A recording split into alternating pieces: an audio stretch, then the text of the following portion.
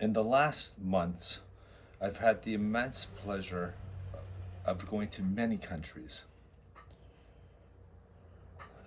huge and desolate deserts, very imposing, also lush jungles, and also urban jungles full of skyscrapers, and of course, wild oceans with huge waves and incredible winds. But today, I don't want to speak to you about these landscapes. Today, I want to talk to you about another landscape, a landscape that's entirely forged by the human hand. Friends, please follow me and into the garden. Our first stop, which is very special and means so much to me, the European medieval garden.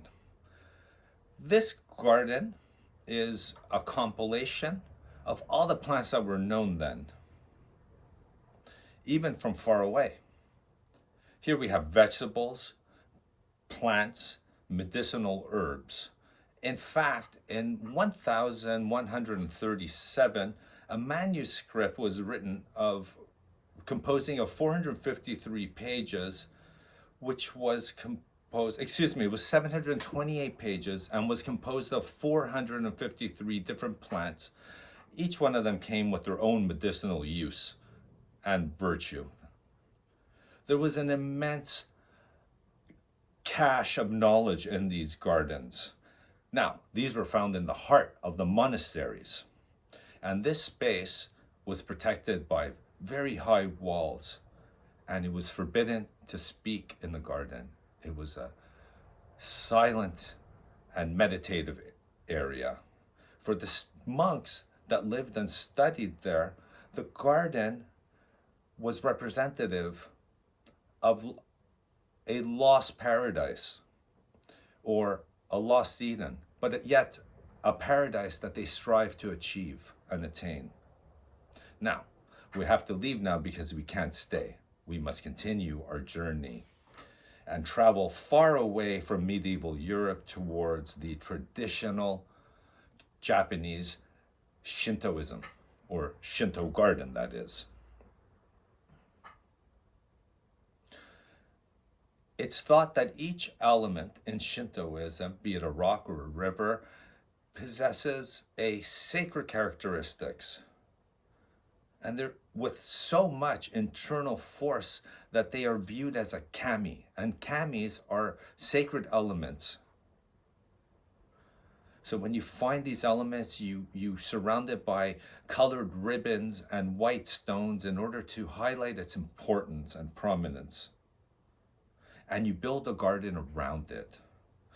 And here we could see that we're not in the medieval European garden where it's in the center of the garden. However, it encircles the garden encircles.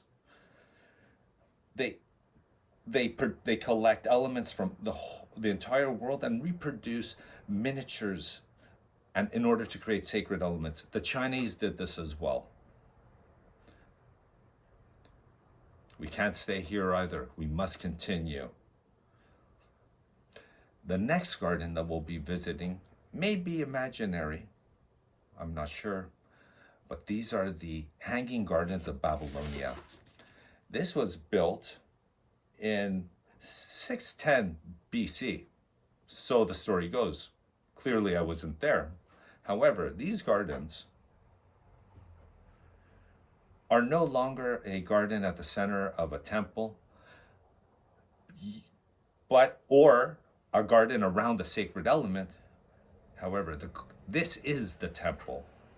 It's said that King Nebuchadnezzar built it in the middle of the Babylonian plains with columns of hydraulics, able to reproduce the beauty of mountains covered by lush vegetation in the center of the city. He made it so that rivers would run through this artificial landscape in an effort to honor and render homage to nature. Now, these gardens, with their smiling waters and rivers, were very much in line with the Persian gardens, Persian and Islamic gardens at the time. Now, we've reached the end of our trip, and yet there's so much more to see. What will be our next trip? Who knows? Thank you very much.